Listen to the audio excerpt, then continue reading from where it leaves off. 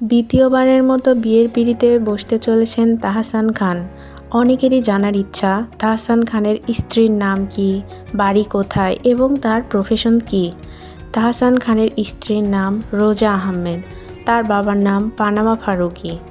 তাহসান খানের স্ত্রী জন্মগ্রহণ করেন বরিশাল নগরীতে। পানামা ফারুকী 90 দশকের বরিশাল নগরী এলাকায় চকবাজার এলাকার শীর্ষ সন্ত্রাসী ছিলেন।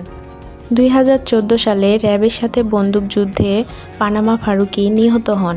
তার একমাত্র মেয়ে রোজা আহমেদ 2017 সালে তাহসানের সাথে মিথিলার যখন ডিভোর্স হয়, তিনি এই সময় এসএসসি পরীক্ষা দেন। এরপর পাড়ি জমান যুক্তরাষ্ট্রে। বর্তমানে তিনি জনপ্রিয় মেকওভার আর্টিস্ট ও সফল উদ্যোক্তা। প্রায় 10 বছর ধরে তিনি ব্রাইডাল মেকওভার করে যাচ্ছেন। এমনকি কয়েক হাজার নারীকে তিনি মেকওভার প্রশিক্ষণও দিয়েছেন। তিনি সব সময় সাদামাটা থাকতে খুব বেশি পছন্দ করেন।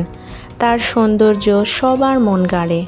বাবা সন্ত্রাসী হলেও রোজা ছিলেন খুবই সুন্দর এবং ভালো মনের একজন মানুষ। তার একটি সুন্দর এবং কিউট একটি বিড়াল আছে। এই বিড়ালটির নাম ব্যঞ্জন। তাহসানকে চেনেন না এমন মানুষ নেই।